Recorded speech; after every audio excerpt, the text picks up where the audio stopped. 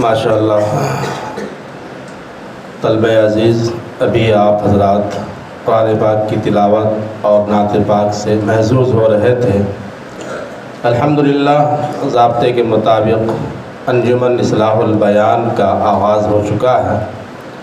اب اس کے بعد آپ حضرات یعنی آج کے مقررین کی باری ہے کہ کون کتنا اور کس انداز سے اپنا اپنا مظاہرہ کرتا ہے۔ میں امید کرتا ہوں کہ آپ حضرات مکمل تیاری کر کے آئے ہوں گے اور انشاءاللہ اچھا مظاہرہ کریں گے۔ عزیز بچوں، انجمن اصلاح البیان ایک اہم شعبہ ہے۔ اس شعبے کے لیے، اس کو قائم کرنے کے لیے میقات ثانی کا ایک قیمتی وقت جو تعلیم کا وقت ہے اس کو موقوف کر کے انجمن اصلاح البیان کا پروگرام منعقد ہوتا ہے۔ مدرسہ اسلامیہ گلزار مدینہ وہ واحد ادارہ ہے جہاں پر شعبہ حفظ اور شعبہ ناظرہ کے بچوں پر تقریری محنت کی جاتی ہے۔ عام طور پر دوسرے مدارس کے اندر جو طلبہ عربی جماعت کے ہوتے ہیں ان پر اس پر محنت کی جاتی ہے اور ان کو اس طرف لایا جاتا ہے۔ حفظ کے طلبہ عام طور پر تقریر نہیں کرتے ہیں، لیکن الحمدللہ چونکہ اس مدرسے میں شعبہ ناظرہ اور شعبہ حفظ کا ہی نظام ہے اور پھر اس کے ساتھ ساتھ آپ کے لیے تقریر کا پروگرام رکھنا اور تقریر کے لیے آپ کو تیاری کرانا، پھر اساتذہ کی نگرانی، یہ آپ کے لیے خوش آئین بات ہے، آپ کے لیے اچھی بات ہے۔ چونکہ یہ جو عمر آپ کی ہے یہ عمر رٹنے رٹانے کی ہے، یاد کرنے کرانے کی ہے۔ اس وقت آپ کو کوئی بھی چیز دے دی جائے کہ اس کو یاد کر لو، آپ کے لیے یاد کرنا بہت آسان ہے، کوئی مشکل نہیں ہے۔ اگر عمر بڑھ جاتی ہے آپ کی اور کچھ اور بڑے ہو جاتے ہیں تو پھر آپ کے لیے رٹنا، یاد کرنا، حفظ کرنا مشکل ہے، دشوار ہے۔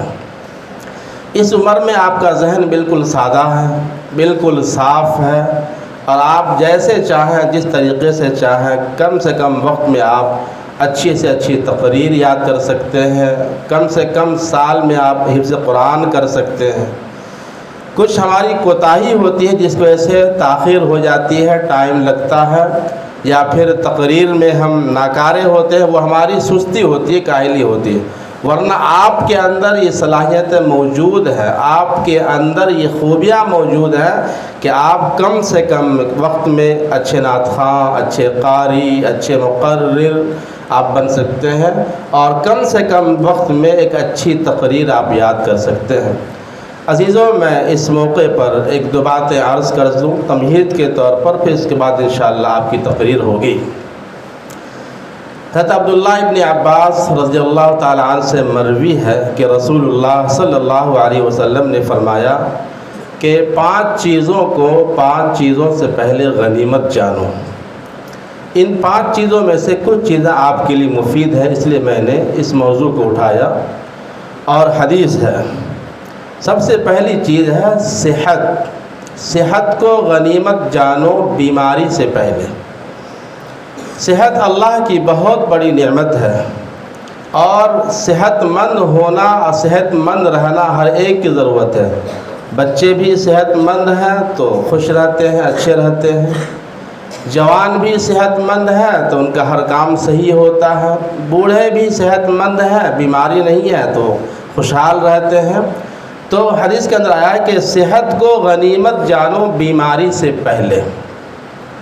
اللہ نے ہم کو اور آپ کو جو صحت عطا کیا ہے یہ اللہ کی طرف سے بہت بڑی نعمت ہے، اس کا خیال رکھنا ہر ایک کی ذمہ داری ہے۔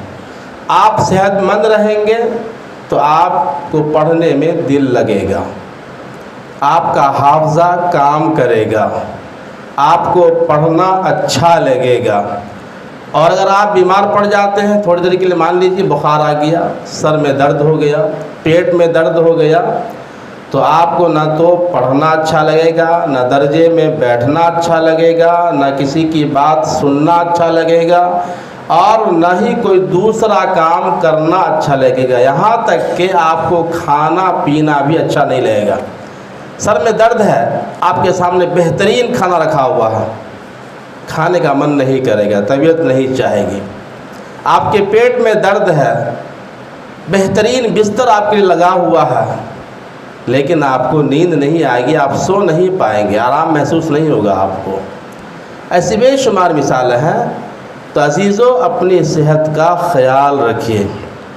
مدرسے میں آپ کو ہمیشہ کہا جاتا ہے کہ وقت پہ کھانا کھائیے، ضرور کھائیے، اس کے ساتھ ساتھ صحت کے خیال رکھنے میں اور بہت سی باتیں ہیں، ان سب کا خیال کرتے ہوئے اپنی صحت کو برقرار رکھیے، اپنی طاقت کو برقرار رکھیے، اپنے جسم کے اندر جو اللہ نے قوت عطا کی ہے اس قوت کو برقرار رکھیے، اور پھر صحت مند رہتے ہوئے آپ پڑھیے، تو آپ کی پڑھائی اچھی ہوگی، آپ کی پڑھائی صحت مند ہوگی۔ دوسری بات، فراغت کو غنیمت جانو مصروفیت سے پہلے، یہ بھی آپ کے لیے ہے۔ ابھی آپ بالکل فارغ ہیں، کوئی ذمہ داری نہیں ہے، آپ کو نہ پیسے کمانے کی ذمہ داری ہے، نہ کھانا پکانے کی ذمہ داری ہے، نہ گھر والوں کے لیے کچھ کر کے دینا ذمہ داری ہے، کچھ نہیں، آپ بالکل فارغ ہیں۔ ہم لوگ سمجھتے تھے پہلے کہ ارے پڑھنے کا زمانہ ہے، جلدی سے یہاں سے فارغ ہو جائیں گے تو فری ہو جائیں گے، اور اس کے بعد آزادی سے جو ہے رہیں گے۔ جیسے جیسے وقت گزرتا ہے ویسے ویسے مصروفیت بڑھتی جاتی ہے، کام بڑھتے جاتا ہے، یہ فراغت کے لمحے ختم ہو جاتے ہیں۔ آدمی سوچتا ہے کہ ہم فارغ ہو گئے، نہیں، اس وقت آپ فارغ ہیں، فراغت کا لمحہ ہے۔ تو کہا کہ فراغت کو غنیمت جانو مصروفیات سے پہلے۔ ابھی آپ اچھا پڑھ سکتے ہیں، اچھا حافظ قرآن بن سکتے ہیں، آپ اچھا قلمکار بن سکتے ہیں، اچھے نعت خواں بن سکتے ہیں۔ آپ چاہیں گے کہ 10 سال کے بعد میں حفظ کروں گا، یا اس کے بعد جو ہے میں لکھنا پڑھنا شروع کروں گا، تو یہ ناممکن ہے، نہیں کر سکتے۔ آپ اتنا مصروف ہو جائیں گے، آپ اتنے کام کا بوجھ آپ کے سر پر ہوگا کہ آپ اس کو محسوس نہیں کر سکتے ہیں۔ اس لیے کہا گیا کہ فراغت کو مصروفیت سے پہلے غنیمت جانو۔ تبھی آپ کا جو وقت ہے وہ فراغت کا وقت ہے، آپ کو صرف اور صرف پڑھنا ہے، نہ کھانے کا ٹینشن، نہ سونے کا ٹینشن، نہ کمانے کا ٹینشن، اور نہ کسی اور کام کا ٹینشن، نہ کوئی ذمہ داری ہے، فری ہے ایک دم۔ تو فری ہو کر کے پڑھیے، فرصت سے پڑھیے۔ تیسری بات ہے کہ جوانی کو غنیمت جانو بڑھاپے سے پہلے۔ جوانی جو اللہ نے عطا کیا ہے، اللہ تعالیٰ کو جوانی کی عبادت بہت پسند ہے۔ ابھی آپ بعض بچے بھی ہیں، بعض جوان بھی ہیں، تو جوانی اللہ کی طرف سے عطا کردہ ایک نعمت ہے، اس کو غنیمت جانا، اور اس جوانی کو نیک کام میں، اچھے کام میں لگائیں۔ تہجد کی نماز میں آپ کو اٹھایا جاتا ہے، شکایت ملی ہے کہ بہت سے بچے نہیں اٹھتے ہیں۔ اٹھیے، 2 رکعت پڑھیے، اللہ کے سامنے گر گرائیے، اللہ کو بہت پسند ہے۔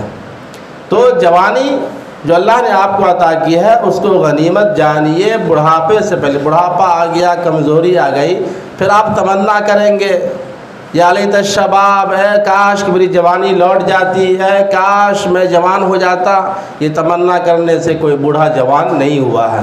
تو جوانی کو غنیمت جانیے بڑھاپے سے پہلے، اور خوشحالی کو غنیمت جانیے تنگی سے پہلے۔ ابھی آپ خوشحال ہیں، آپ کے ماں باپ کما کر کے، محنت کر کے آپ کو دے رہے ہیں، آپ خوشحال ہیں۔ ابھی آپ کے پاس آپ جو چاہیں آپ کو مل سکتا ہے، آپ جو چاہیں والدین سے لے سکتے ہیں، آپ خوشحال ہیں۔ آپ کے جیب میں 100 روپیہ اگر ہے تو آپ خوشحال ہیں، آپ کے پاس سب کچھ ہے، آپ خوشحال ہیں۔ تو خوشحالی کو غنیمت جانیے تنگی سے پہلے۔ تنگی جب آتی ہے انسان پریشان ہو جاتا ہے، تنگ دستی آ جاتی ہے، لوگ کھانے کو ترستا ہے۔ آپ کو کوئی کمی ہے؟ 3 ٹائم کھانا مل رہا ماشاءاللہ، شام کے وقت میں باہر نکلتے کچھ نہ کچھ کھاتے رہتے ہیں۔ اکثر میں ادھر بیکری میں بچوں کو دیکھتا ہوں شام کے وقت میں، اکثر، لیکن افسوس کے ساتھ کہنا پڑتا ہے بعض بچوں کو نماز کے ٹائم پہ بھی دیکھا میں، یہاں جماعت ٹھہری ہے، بیکری میں کھڑے ہوئے ہیں، فون سے بات کر رہے تھے۔ میری عادت نہیں ہے باہر ٹوکنے کی، روکنے کی، لیکن کئی بچوں کو میں نے دیکھا، جو بچے میرے ذہن میں بھی ہے، کہ اکثر بیکری میں ٹھہرے ہوتے. بہرکیف تو اللہ نے آپ کو خوشحالی عطا کی ہے، مدرسے میں 3 ٹائم کھانے کا وقت ہے، کھانا ملتا، پھر باہر بھی آپ مستفید ہوتے رہتے ہیں، تو خوشحالی کو غنیمت جانیے. تنگی سے پہلے آخری بات ہے، 5ویں بات ہے، زندگی کو موت سے پہلے غنیمت جانو. اللہ نے ہمیں جو زندگی عطا کی ہے، یہ زندگی بہت قیمتی ہے. اللہ نے زندگی کو برباد کرنے کے لیے، بیکار کاموں کے لیے پیدا نہیں کیا ہے، عطا نہیں کیا ہے. زندگی اللہ دیا ہے، اس کو غنیمت جانیے. زندگی دیا ہے، مزید یہ کہ اللہ نے ہمیں انسانوں میں پیدا کیا ہے، اشرف المخلوقات بنایا ہے، تمام مخلوقات میں اشرف میں اللہ نے بنایا ہے، تو اس کو غنیمت جانیے. یہ 5 چیزیں جو میں نے آپ کے سامنے بیان کی ہے، یہ ہر ایک کے لیے ہے. اس کو غنیمت جانیے اور ایک ایک چیز پر غور کیجیے، دھیان دیجیے. خاص کر کے مدرسے میں رہتے ہوئے صحت پر خاص کر کے دھیان دیجیے، کیونکہ صحت اگر آپ کی اچھی ہے، بیمار نہیں ہے، تو آپ کا ہر کام اچھا ہوگا. صحت اچھی نہیں ہوگی تو آپ کا کون سا بھی کام صحیح نہیں ہوگا، آپ بیمار ہی رہیں گے.